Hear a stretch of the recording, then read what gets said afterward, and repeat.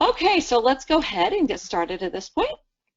What is a sensory diet? This is a term that was originally coined by Patricia Wilbarger, who is an occupational therapist and a developmental psychologist, and she started writing and researching and training in the 80s and has been joined by her daughter Julia, and they continue to do some training.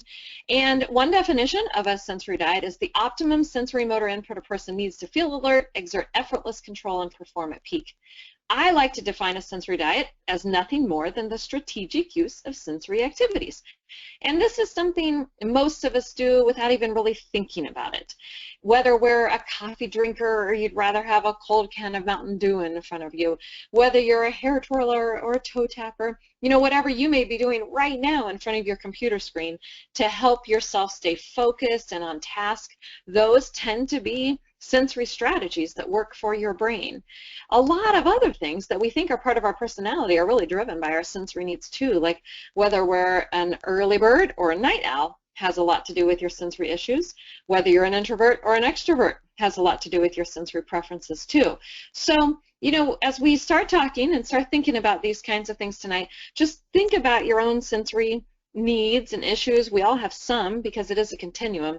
And once you start making sense of that, it just becomes so much easier to look at the behaviors of the children around you and determine what those behaviors are telling you from a sensory basis too.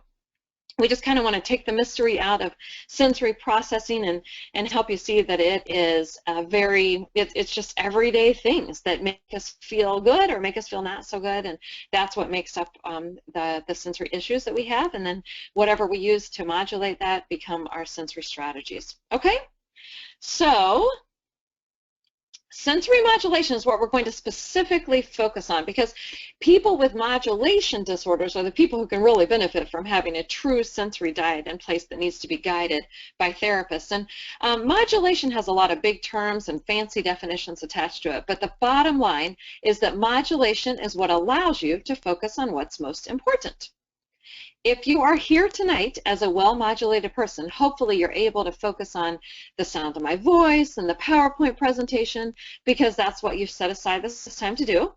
And you can put everything else on the back burner, like the feel of your body weight against the chair, whether you're a little hot, a little cold, a little thirsty, a little hungry, maybe the sounds your family are making in the rest of the house. You can just kind of filter all of that out. You're vaguely aware of it, but you can focus most of your attention on what's most relevant at the moment. And if you are doing well at that tonight, then you are a well-modulated person at the moment. Another good clue for being well-modulated is that your emotions and behaviors reflect appropriate responses to the situation rather than to the environment. Kind of a big statement to think through, but I have an example from my own life. I am over-responsive to sensory input, and I can see it. I've gotten through a lot of the issues that I had as a child, but even as an adult, I still see it in everyday life. For example, within equidistance from my house, I have a Meijer, really nice, beautiful grocery store where you can get all your groceries and household needs, kind of like a super Target that you may be more familiar with. And it's a newer building with lots of natural lighting, and it's just very pleasant. Literally right across the street, there's a Walmart where you can get all your groceries and household needs also. And I despise grocery shopping. It's usually something my husband does, bless his heart. But if for some reason I go for that weekend, I'm the grocery shopper for that weekend, and I spend an hour and a half at Meijer and leave, I'm okay. I feel like a person who hates grocery shopping, but is over with for the week. So I'm basically fine. But if I spend that same hour or hour and a half at Walmart and I leave, I am all kinds of grumpy inside, So if you think about it according to this sentence, situationally, it's the same. Either way, I've grocery shopped. The situation is grocery shopping. Either way, that's the same. The difference in how I feel when I shop at Meijer versus Walmart has to be due to the differences in the environment. That's a clue to me that there's something sensory that's going on that's affecting me in that way. In Walmart, it's lots of fluorescent lighting and reflecting on this linoleum floor, and the aisles go all the way up to the ceilings now in some areas, so you feel kind of claustrophobic. So my sensory system does not do well in that environment. I don't really like the situation no matter what, but I cope much better if the environment's pleasant. So that tells me that's a sensory issue. If it's something situational that the child's reacting to, it's more likely to be behavioral issue. And we could spend hours on that. Is it sensory or is it behavior? We could spend days on that. And I do believe I'm doing that topic, sensory or behavior, for Cobb later in this school year. So you can be on the lookout for that one. But that's where you would get started. What are they actually responding to? Is it something situational or is it something environmental? If it's environmental, it's more likely to be sensory based. We, as OTs, recognize three primary types of modulation disorders, and the three terms that are primarily being used right now are over-responsiveness, under-responsiveness, and sensory seeking or craving. It's often being called sensory craving now. Now, how these three subtypes interrelate, overlap, how they differ from one another is still largely theoretical. And we kind of have two different major theories coming from the sensory gurus in our world, and I kind of find myself somewhere between those two major camps. So that's probably a good place to be. You know, there are probably truths coming from both, and I actually think we're all talking about the same end result, but it's just how we get there where we see the differences.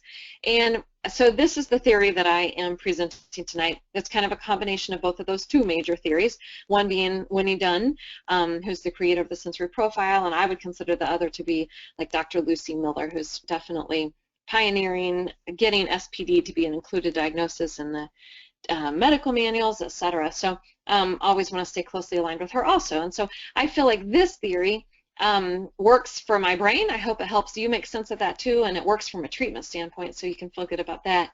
So according to this theory, it's a continuum, but not a straight line continuum. And what we see is at the left end of this continuum, we have our over-responders. These people are having an outer proportion reaction to incoming sensory information. There's a book written for people with sensory processing disorder called Too Loud, Too Bright, Too Fast, Too Tight.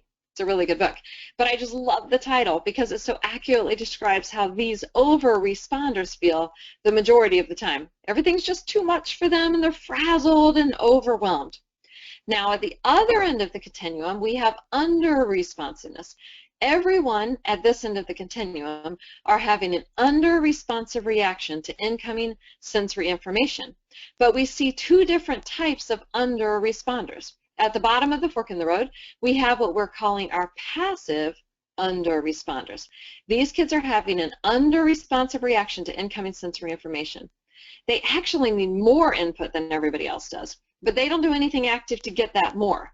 We don't know why for sure. It could be a personality trait. In fact, many of these people we consider to be laid back. And we like laid-back people, so we tend to think of that as a compliment. Laid-back people are easy to get along with and happy-go-lucky. But if you're too laid-back, you tend to lack that oomph that kind of motivates you.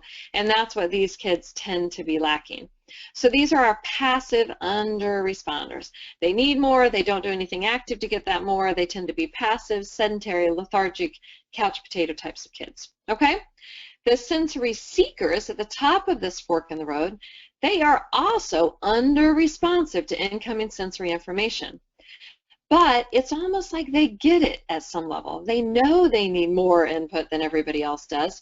They go into action to get that more. They start running and jumping and spinning and crashing in an attempt to reach that high threshold where sensory registration occurs, certain neurochemicals are released, and then it buys them a window of opportunity where their brains are actually functioning their finest, if they're able to get there. Sometimes they can't, but we'll talk about that in a minute.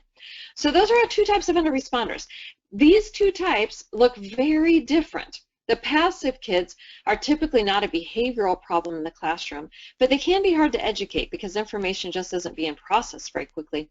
Our sensory seekers are typically perceived as big behavior problems in the classroom because they're the kids who will not sit still, and that can drive their teachers batty. Tend to get in trouble because of their need for input.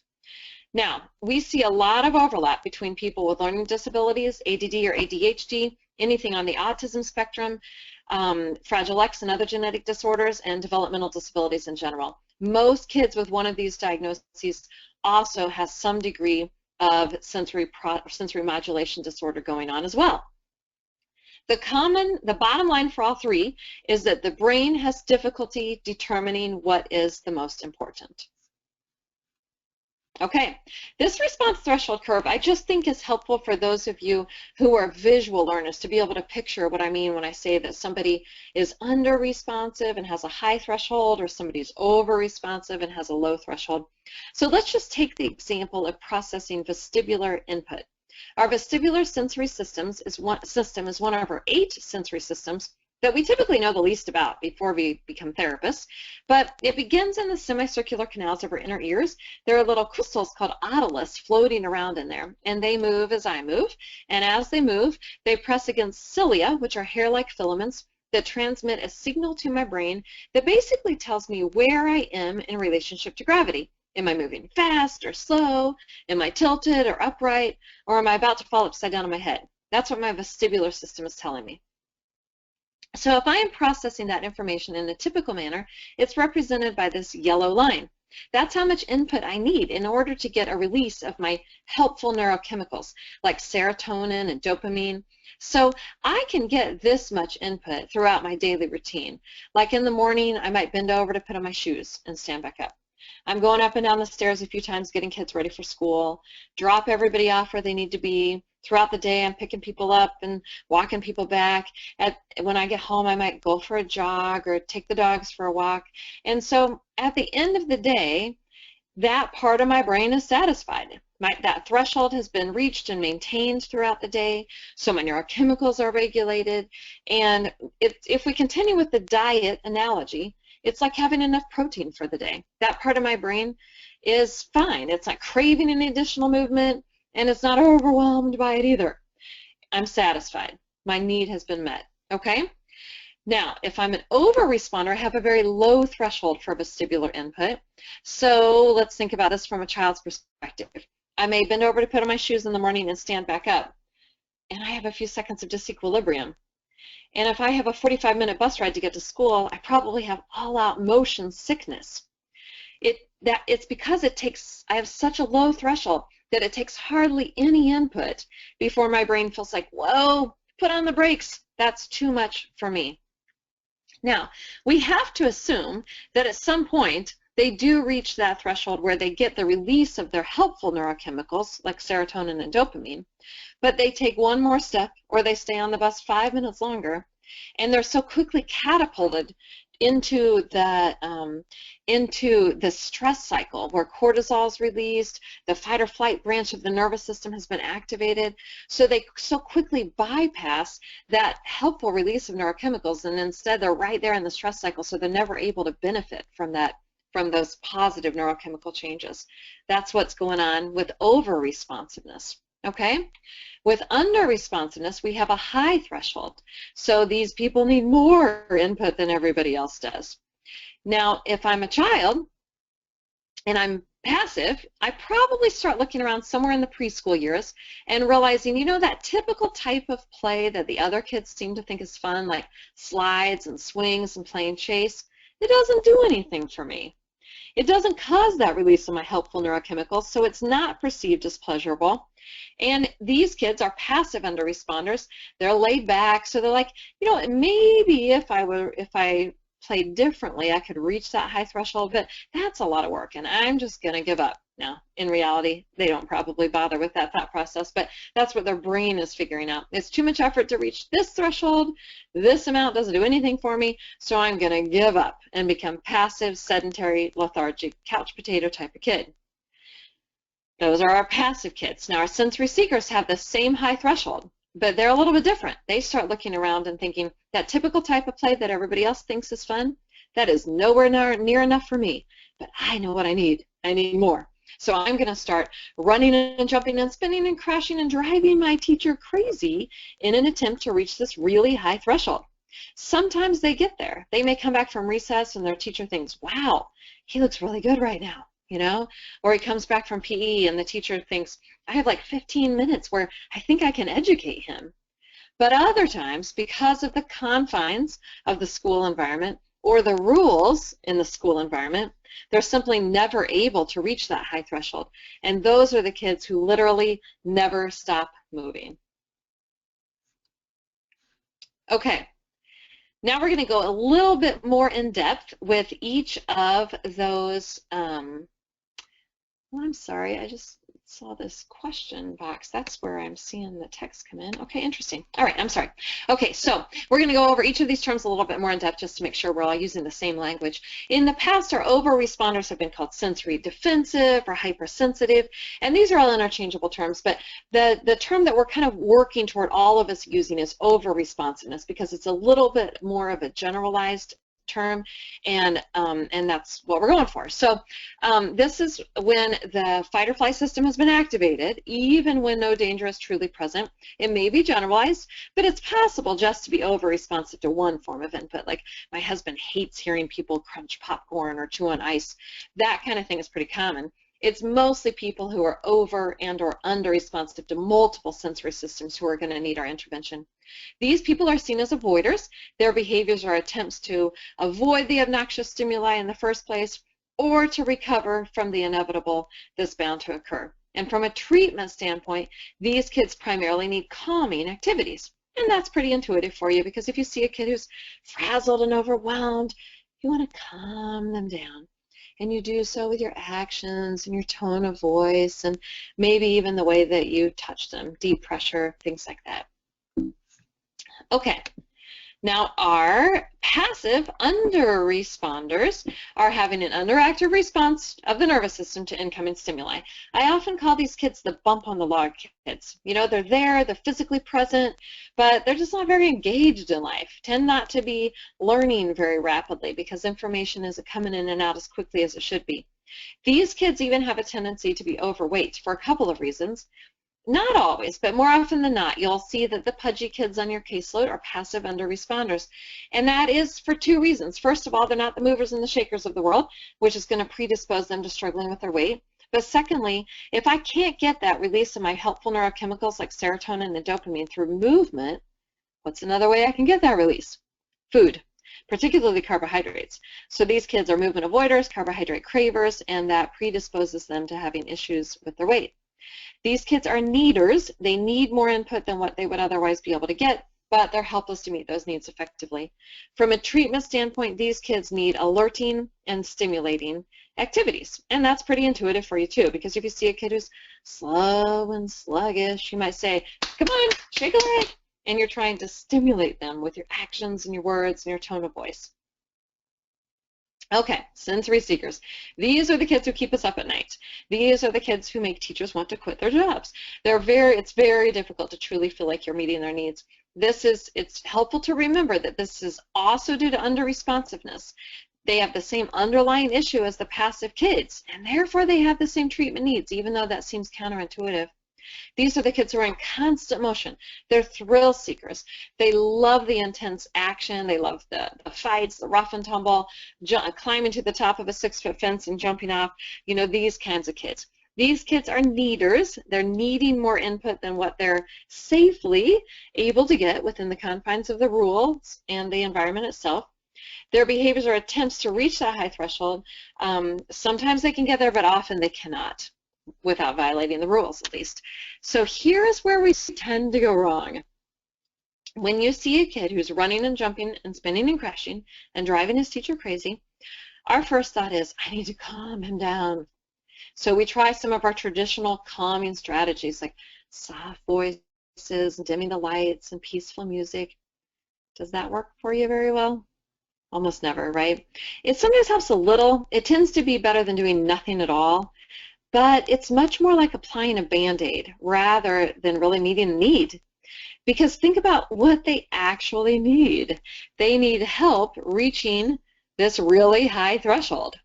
So think about these kids. They're coming into the classroom. I hope you can see my cursor here. They're running, they're jumping, they're spinning and crashing. They're really high on this threshold curve.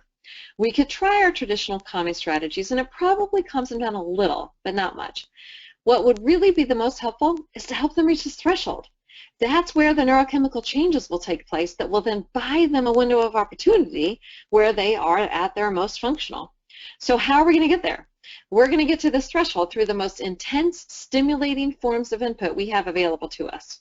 So we're going to stimulate to the threshold where we get that release of serotonin and dopamine, and it should look like you've calmed them down in the long run, but we're just not going to get there through traditional calming strategies. Make sense? It's very similar to what we do for kids with ADHD from a medication standpoint. And not surprisingly, symptoms of having ADHD and symptoms of being a sensory seeker are so similar. I think at some level they're one and the same diagnosis. So what kinds of meds do we give kids with ADHD? We give them stimulants, right? Because we have figured out their brain needs more stimulation in order to get the same dopamine release that the rest of us have. So we're going to do the same thing with activities. We're going to stimulate to the threshold, get that dopamine release, and then it should buy them a window of opportunity where they're more functional. Okay, these are two little boys I worked with several years back. I was taking pictures of the classroom actually, but when I saw these two side by side on my screen, it just made me laugh out loud because it's so clear, excuse me, which child is under responsive and which child is over responsive. The little guy on the left is a passive under responder. He's not overweight or any of that, but he's very laid back and he's having trouble being educated because information just isn't being processed very quickly. The little guy on the right is an over responder, and he actually ended up having a meltdown about 10 or 15 minutes after this picture was taken. And you can kind of see it coming, you know. He's wound up tighter than a kite string. He's smiling, but he doesn't really look happy. You know, bless his little heart, he is trying to keep it together, but in reality, he's very overwhelmed at the moment. Okay, now so far, we've talked about it in very black and white terms, like you're either over-responsive or you're under-responsive, and we wish it were that simple. But in reality, most of us show a mixture of over and under-responsiveness, and that's because we have 8 sensory systems. So what we really need to be envisioning is one continuum line for each of the 8 sensory systems. And if you break it down that way, most of us will end up realizing, you know what, I am over-responsive to maybe tactile and visual input, but I seek vestibular input, some pattern like that. It's very common for us, if we break it down by the 8 sensory systems, to realize that we have issues in each area on both extremes. We do see a pretty consistent pattern for kids on the autism spectrum. Not all of them, but most of them show over-responsiveness to the far sensory systems. Those are the 5 that we learn about in elementary school: sight, sound, smell, taste, and touch. Over-responsiveness to those 5, we end up seeing symptoms like avoidance of eye contact, use of peripheral gaze, ear covering, head hitting, out of proportion reactions to incoming sensory information, picky eating, strong preference for certain clothing. So those are signs of over-responsiveness to those 5 far sensory systems. Meanwhile, we tend to see under-responsiveness in people with autism to the 3 near sensory systems. These are the 3 that tell us what's going on in our own body. And I see on my slide that I have not added interoception in here yet, but those 3 that tell us what's going on in our own body are vestibular. We already talked about that. That's what tells me where I am in relationship to gravity. Proprioception, which is, this is my true sense of self, like how my parts are connected, how I'm put together. This is what allows me to touch my nose with my eyes closed. It's the first sensory system to go if you have too much to drink, which is why that's a test of sobriety. And it's also the first one to go among the elderly and in people with Parkinson's, those kinds of issues. And it's the first one to develop in utero, so it's a very primitive sensory system. And we have to start there. We have to make sure people have good interpretation of proprioceptive input before they have any hope of making sense of the world at large. It's that fundamental. And then the 3rd near sensory system is called interoception, which has kind of recently been added as the 8th sensory system. And it's our sense of what's happening internally, like are we hot or cold, thirsty or hungry? Do we need to go to the bathroom? Are we uncomfortable or ill? That's all coming to us from our interoceptive sensory system. So that's a pretty consistent pattern for people on the autism spectrum. Under-responsiveness to those 3 sensory systems leads to jumping, flapping, hand twirling, toe walking, as well as difficulty interpreting hunger and thirst, difficulty with toilet training. Those issues are primarily due to under-responsiveness to the near sensory systems. Okay. Neuro researchers tell us these 3 variables are interrelated, so the arrows go in both directions: sensory input, neurochemicals, and emotions. What that means is I can intervene in any one of these 3 areas and make changes in the other 2. I just take the time to explain that because so many times when you're seeing a kid, you think, it might be sensory, but I'm not sure it's sensory. You know, I know that he's in foster care, or he He comes from a difficult home, so it could be an emotional issue. It could be true ADHD, where we have a shortage of dopamine, which would be a neurochemical issue. So we're often not sure, will a sensory program help if it is in fact one of these other issues? And by looking at this, we see actually that no matter what, sensory strategies should be helpful, because we can use sensory strategies to change the neurochemicals in the brain, which then change the emotions and the behavior that are observable. So let's just take an example from adult life, because you're all adults. I'm a jogger. Jogging is sensory input. I'm getting proprioceptive and vestibular input, as well as, you know, some auditory and visual when I run outside, that kind of thing. When I go running, it changes the neurochemicals available to my brain, increases serotonin, dopamine, a little bit of endorphins kick in. When I get home, I'm happier. Everybody likes me more after I go jogging. So I've intervened with sensory strategies, but have made changes in the other two. So, you know, therefore, this should work for a person who maybe it's really an emotional issue, like he has anger issues. And if I can see the anger escalating, I should be able to use sensory strategies to change the neurochemicals to make him less angry, right? So this should just give you the confidence that just as we all use sensory strategies to regulate our moods and emotions, sensory strategies should be helpful for the vast majority of kids that we see as well, even if it's not a true sensory modulation disorder. The good news is, if it's not a true disorder, they should be able to intuitively figure out which sensory strategies will be helpful. We just might need to guide them a little bit and make them available. The kids with a true sensory modulation disorder are unable to figure out how to do that on their own, and that's where our intervention comes in. Okay, I am still not seeing any questions or comments come in on the chat box, so feel free to let me know if you see any. So I'm going to keep going for the time being. Okay, I just want to give you a little bit of confidence that there is some research to support what we're talking about tonight. In the past, we've looked at one sensory strategy at a time, like wearing a weighted vest or sitting on a therapy ball. And that research shows that we typically see progress in the 10 to 30% range, like 10 to 30% improvement in a certain behavior or a 10 to 30% decrease in a negative behavior. So it's good. It's not amazing, but it's good, and it's still worthwhile. Now we're looking, I've just finished our second study looking at the use of a sensory diet approach, which is the use of multiple sensory strategies to keep a person regulated throughout the day. And I feel like we can really, their average change is 40%. And those are good statistics to have and to use, because I used to set up a sensory program and make it sound like I'm going to make all your problems with this kid go away if you'll just carry through on this sensory program. But what we know is that these kids are difficult kids. And you know what? They're still going to be difficult kids in spite of our best efforts. So what was happening is that I would set up this sensory program, present it to the teacher, and she follows through, or if she doesn't, either way, I go back to follow up maybe a month later, and I'd say, how's it going? And she would often say, well, he's still a difficult kid, so nope, it's not working. And then they were very fast to throw the baby out with the bathwater. Now I do a better job of saying, research indicates we can expect to see change in the 10 to 40% range, and these are the behaviors we're going to focus on. So now I've set up realistic expectations, and now I go back to follow up, and the teacher might say, you know what, he's still a difficult kid, but he actually is staying in his seat more often. Or he's still challenging, but he is biting his wrist a lot less. So now we're able to see change where it can realistically be expected to occur, right? And I've been so much more able to keep teachers on board and willing when I tell them flat out, this is not a cure, you know, but we're going to focus on 2 or 3 target behaviors at a time, and we should expect to see change in about the 40% range. I often just say 10 to 40% range, because there are some behaviors we see more progress in than others using this type of an approach.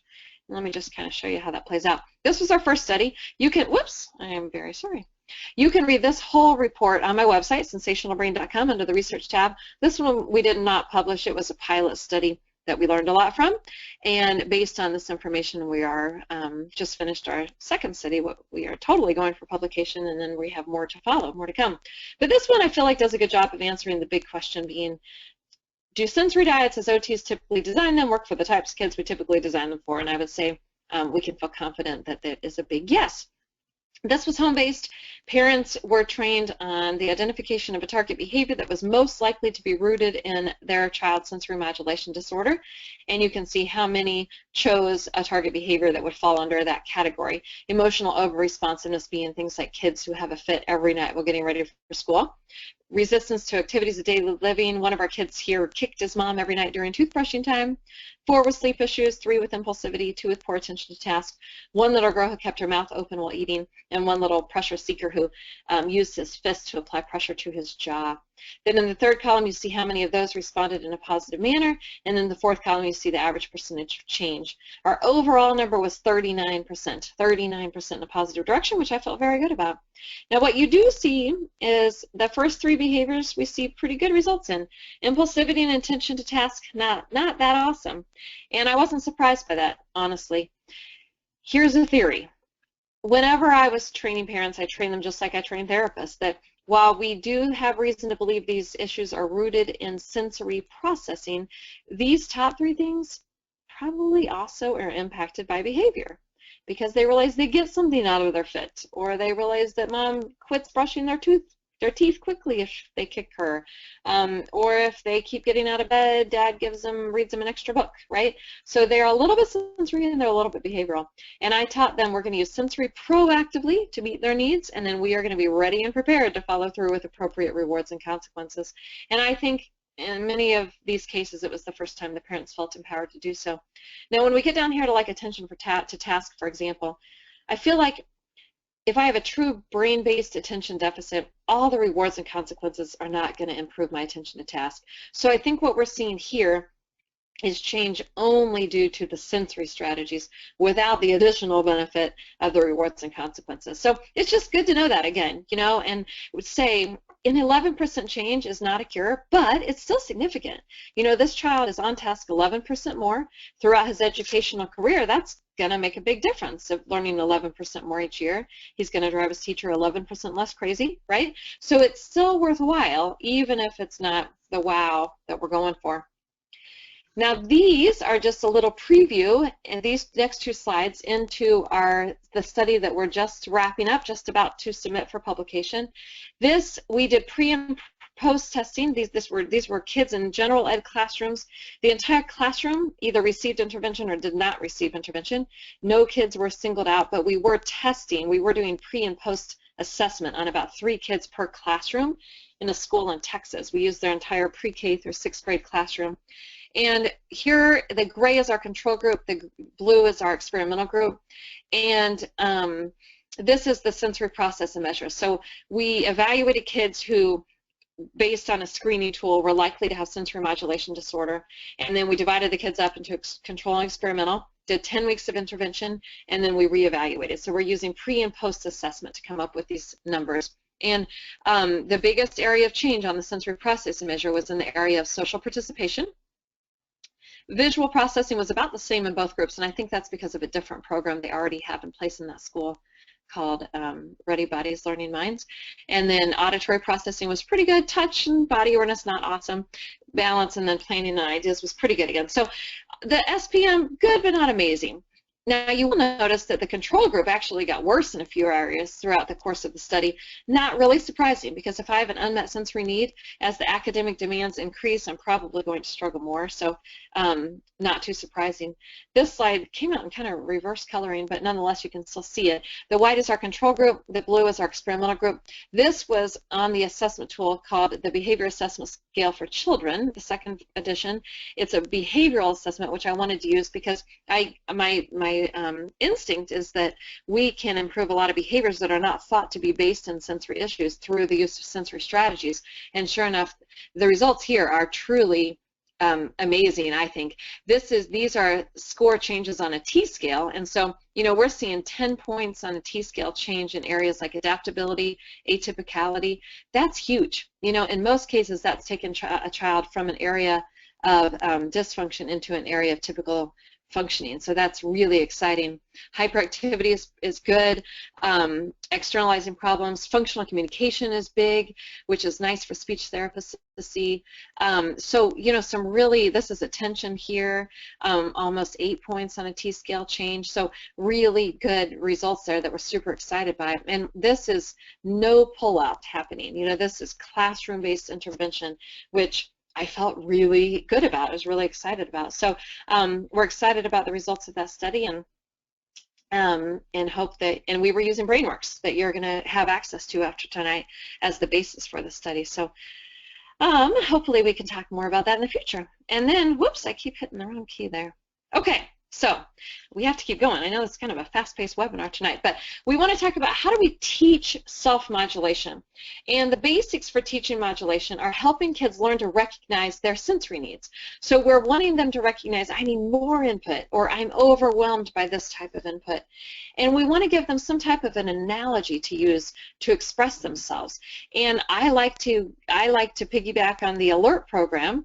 They talk about our engines, our car engines. Is your engine going really fast and you're about to crash, or is your engine barely trudging along and you need a little push to get going? So that's a good place to start, and our colors with the Brainworks system go along with what we picture with cars at a stoplight.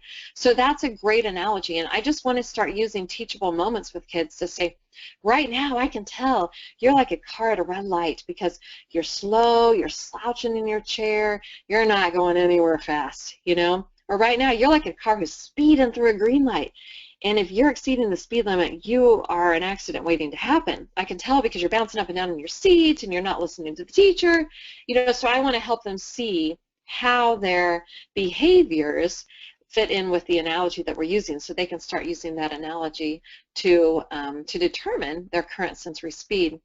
And then we want to have some kind of a teaching tool available for them to identify their current sensory speed and to make decisions about how they can alter their speed through the use of specific activities. In Brainworks, we use a tachometer for the identification of the arrows of the sensory speed, and then an arrow system to identify the activities that will be helpful for them.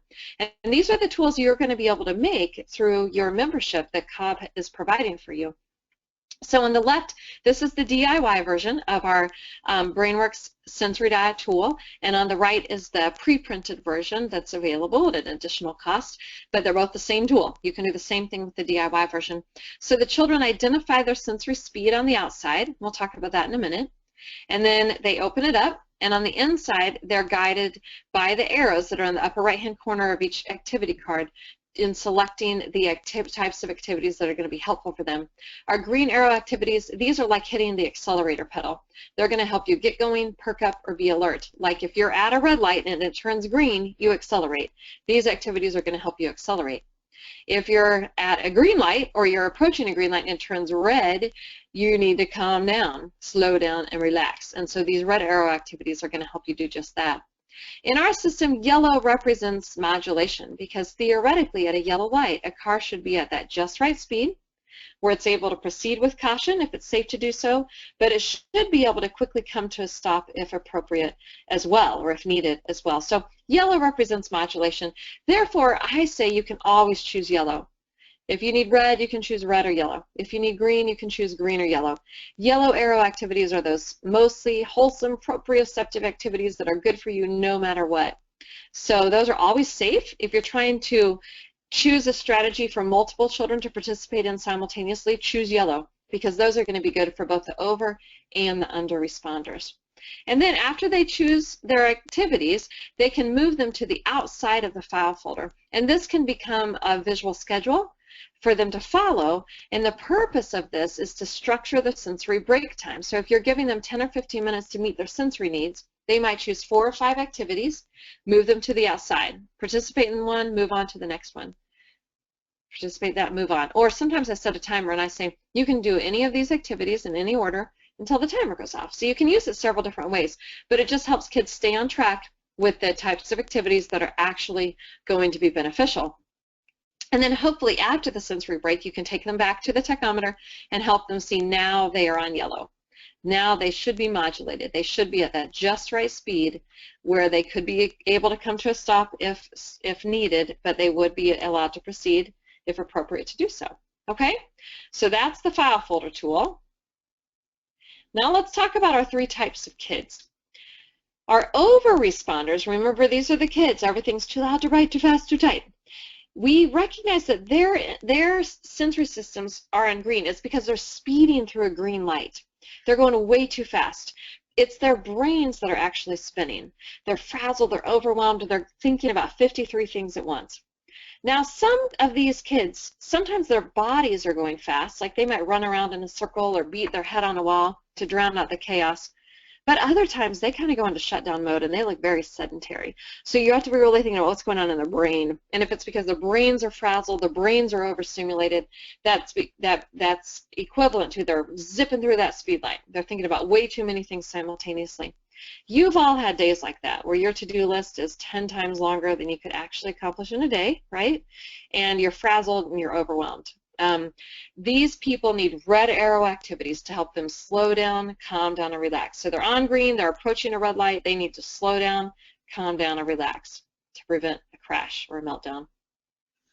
Our passive under responders start on red because they're like a car at a red light. They're literally moving slowly. They're slow, they're sluggish, they're on stop, they're slouching, they're leaning, whatever it may be. They need green arrow activities to help them get going. So they're on red, they need to hit the accelerator, and those are the green arrow activities. These are going to help them perk up, wake up, and be alert. Sensory seekers are a little more confusing. They start on green because their bodies are literally going too fast. They're flying through that green light. But what do they need? They need more green. Remember, we're going to stimulate to the threshold. The way that I explain that using this analogy is to say your gasoline tank has too much gasoline in it, and the quickest way to burn off the extra gasoline is with green arrow activities. That is a little confusing for adults. I promise it's not confusing for children. It's just not. I think it's because it makes sense to them. They're like, you're right. That's exactly what I've been trying to tell you my whole life, right? And so they get it. And this is what most of us have said to our own children. When your own kids are bouncing off the walls, think about what do you say? Go out and burn off that extra energy, right? Go outside. And what you're actually doing is stimulating to the threshold. That's what's going on here too. So I promise kids get it. They experience it one time and they're like, I get that, you know? And so it makes sense to them. And it works for them. Okay, the keyring tool. This is now. I'm just going to show you a few other things that you can do with the picture tools that you're going to have access to. Key rings I often create for those older general ed types of kids who would never want to be caught dead with one of those file folders in tow. And many times I know they're not even going to pull this out in front of their peers. But during some of my direct treatment time, I may lay out 30 or 40 strategies that I think would be helpful for them, and I'm asking them to choose 10. Just choose 10, you know, to put on your key ring. And as we choose them, we talk about what class periods might you need to use this strategy the most, or you know, what time of day do you think this would be most helpful? Is there any equipment we need to get in place for you? What can we do to make sure that you're not distracting to other people or draw unwanted attention to yourself? So it just generates some of that good discussion time. And a lot of times I'm encouraging them to choose seat-based strategies that won't make them stand out from their peers, but teaching them that there's still some subtle things they can do to help themselves stay on track. Sometimes I also create these key rings for kids to go everywhere with a paraprofessional, knowing that I'm really designing it more for her as a way to help her learn that there are certain strategies that can be used to help this child stay on track more often. You could also use First Then. If you're working more in a preschool environment, I use First Then until kids are probably about 4, and then sometimes 4 and 5-year-olds can start making the change to that file folder tool instead. So, you know, obviously if you're working with little ones, they're not going to be able to identify whether they're on green or on red. So we start here. And the First Then is a very basic visual schedule. First is usually used as a task, and then is used as a reward. We're looking at it a little bit differently because I feel like sensory input is a need rather than a reward. Therefore, I want to make sure they get the then, no matter what. But what I'm really doing is setting up this First Then cycle to keep them modulated. Because the younger we are, the more we need a steady flow of sensory input. So this is a way of providing that steady flow. Okay? So I often set timers, like 2 minutes, or it just depends on the child, but we are going to work on this test for 2 minutes. And then when the timer goes off, they get the mini trampoline or whatever we've chosen, no matter what. Even if they were naughty during this 2 minutes, they still get this simply because it's the next thing on the schedule. It's not a reward, it's just the next thing on the schedule. Probably the more naughty they are during this work time, the more they need the sensory input, right? And then that should prepare them to be more successful when we get back to the next first. Make sense? Now, I still want the thens to be choice-based, but for a young child or cognitively impaired child, I'm going to control the choices. So if I know she's going to need a green arrow activity after she finishes this task, I may hold up 2 or 3 green arrow activities and say, choose one. She chooses one and puts it on. Even at that young age, though, I would still start to point out, look, green arrow, it's going to help you get going, right? Or red arrow, it's going to help you calm down. So I start at that basic level, and then over time, we can go from there. I'm also a huge believer in these routine-based tools, and this is a visual schedule, basically. And so the teacher or the parent is putting on the non-negotiables. Like this child has to transition away from the computer and get ready for circle time. Those are the non-negotiables. And then the teacher leaves open spots before, during, and after to allow choice-based sensory input for the child to place on there. So, but I'm controlling the choices still. So if I know he's going to need yellow arrow activities to help him transition, these are mostly proprioceptive, I would create a choice board and say, choose 2 from here to engage in before circle time. Then I would create a separate choice board of highly preferred sensory input for him to look forward to ending with, and I would say choose 1 to put for after circle time. And so now the teacher would set the timer for 15 minutes, and when it's time for the computer to go off, the teacher says it's time to transition for circle time, but you get to do these activities first. So, you know, it's sensory because we're supporting him with the sensory input he needs to get ready for circle time. But this is also a behavioral tool because he's seen, I don't want to turn off the computer, but I get to do these things and I chose these things, so it kind of looks fun to me.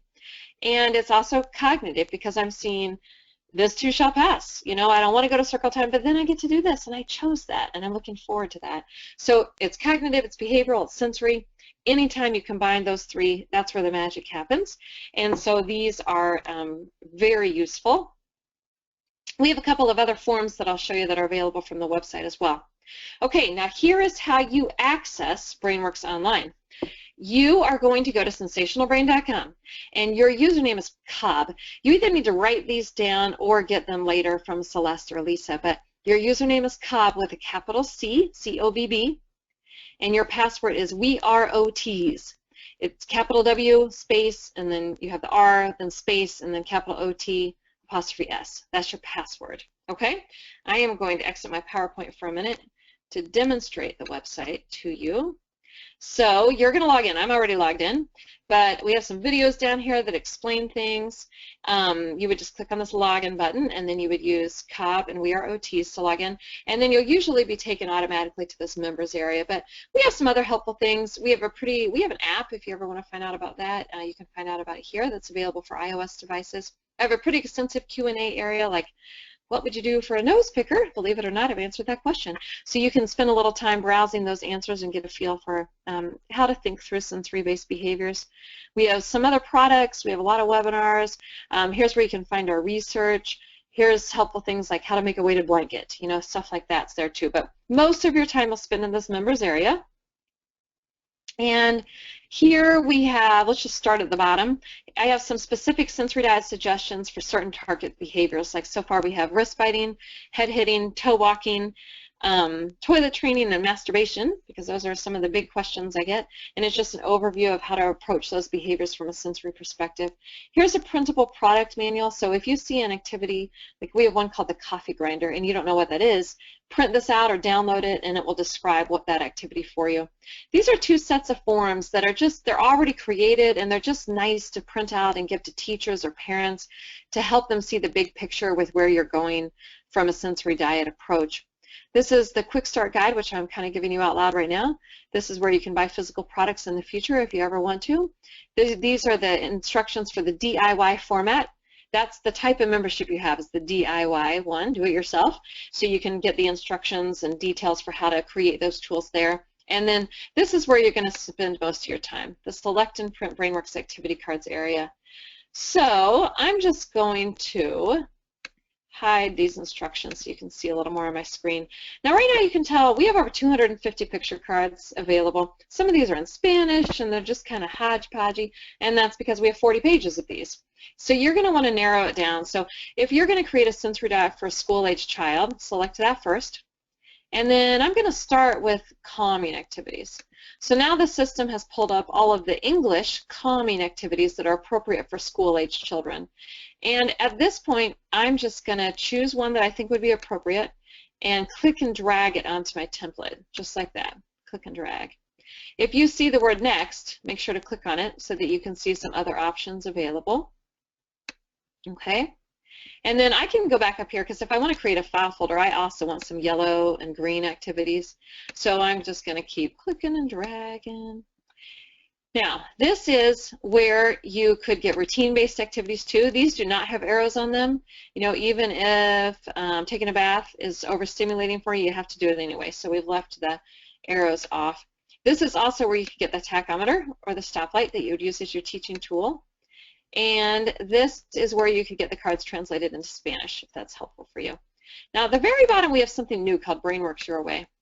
If this analogy with the red, yellow, green doesn't work for you for some reason, doesn't work for your brain, doesn't work for the kids that you're working with, or you want to integrate it with another program that's existing, these do not have arrows on them and do not have colored borders. We just call it Brainworks Your Way. That means it's fully customizable. It's the same activity cards without the arrows. Okay? So if you ever want something more customizable, you can use that. Now, after I have all the cards that I want, I scroll down here and I can choose to print them in 1.5 inch, which is pretty standard for visual schedules, or 4 inch, which works better for the first then.